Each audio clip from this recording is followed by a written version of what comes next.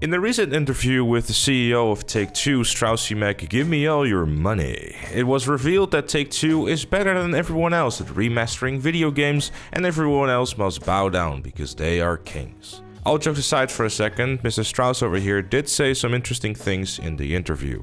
So we upgrade the technology, we upgrade the visuals, and make the performance enhancements. And that's why I think our remastered titles typically do so well. We've done great with the Mafia series, for example, and GTA 5 will continue to be heading into its third generation, which is incredible. This is a standard bearer when it launched. It continued to be a standard bearer in the second generation. We will see how Grand Theft Auto will do in the third generation. Obviously, I'm confident that Rockstar is going to deliver such a great experience, but you can't do that if you're just going to do a simple port. I'm not sure there will be a bigger part of the strategy. Remastering has always been part of the strategy. We've done differently than the competition. We don't just port titles over, we actually take the time to do the very best we can, making the title different for the new release, for the new technology that we're launching on. For those in the back that like to cut through the PR nonsense, he's saying that they have a track record of properly remastering games and not just simply porting stuff over for the sake of having a new console and making a quick buck. This track record would be GTA 5 on PS4 and Xbox One and Mafia 1 Remake, to give two recent examples. Well, one of them being more recent than the other. Taking this and GTA 5's remaster on PS4 and Xbox One in mind, you can see that Rockstar is just not simply going to port the game over and call it a day. Especially considering we got the announcement for it months ago and we've yet to see or hear anything other than the PS3 trailer footage that we got, which creates an opportunity. GTA 5's PS4 and Xbox One remaster not only did vastly improve the game from a visual point of view, it also made GTA Online a lot more stable, got higher FPS, and basically prepared it for the future.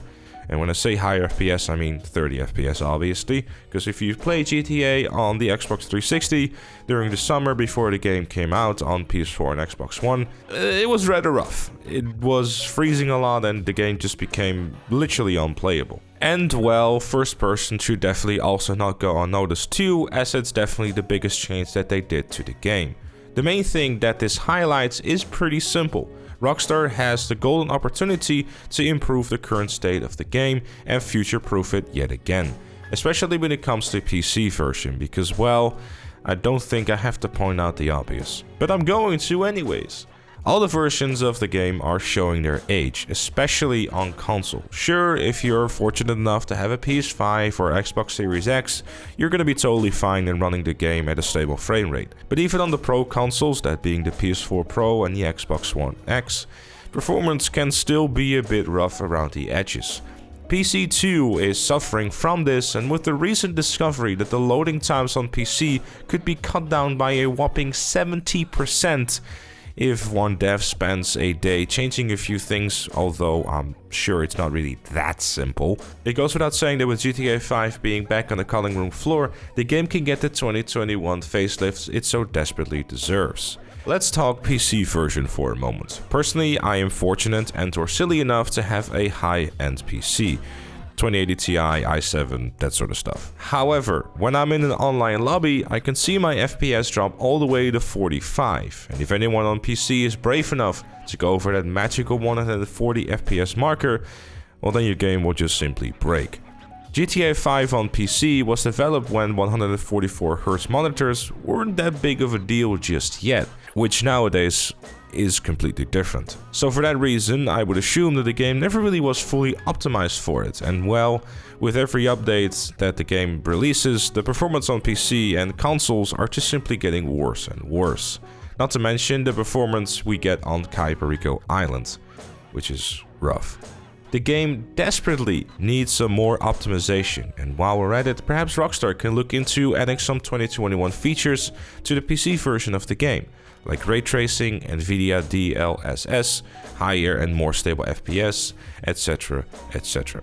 And since a PC version of Expanded and Enhanced is listed in the promotion of the new versions, it's safe to assume that the PC version will get an upgrade as well.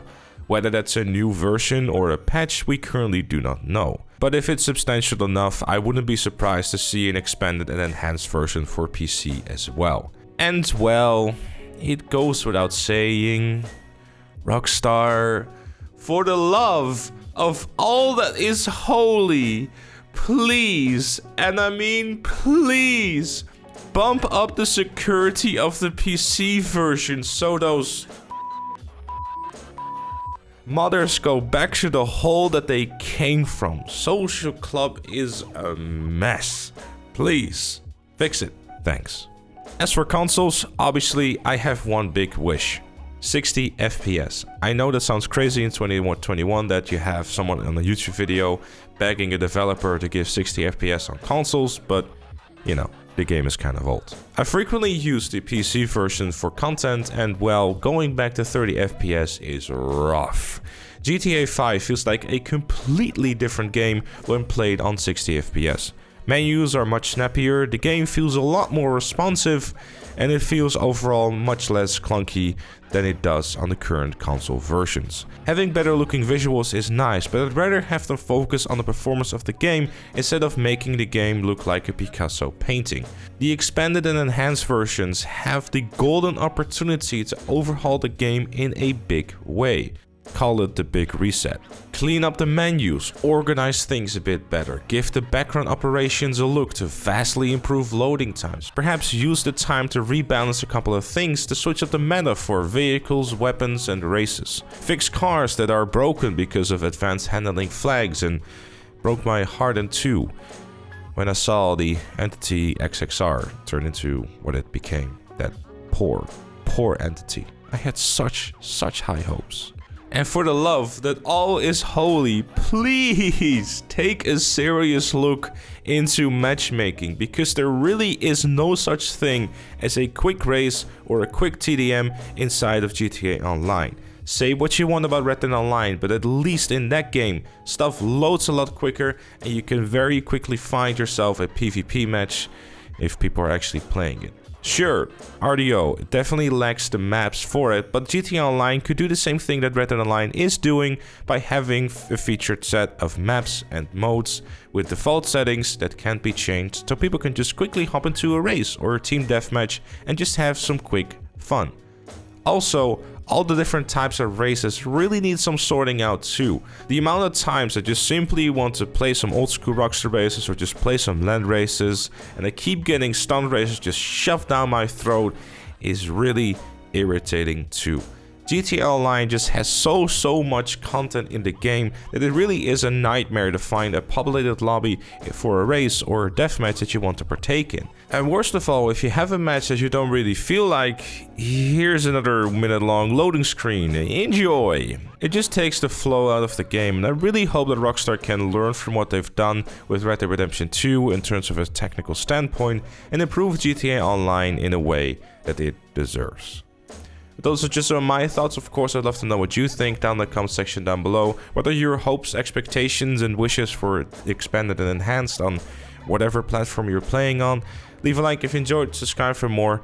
And if you really like what you see on the channel, consider becoming a member. Like Chloe, Robert, No Loco Bra Link, and Dr. Strange Love. Join them by clicking the join button down below. Thank you again for watching, and I'll see you all later.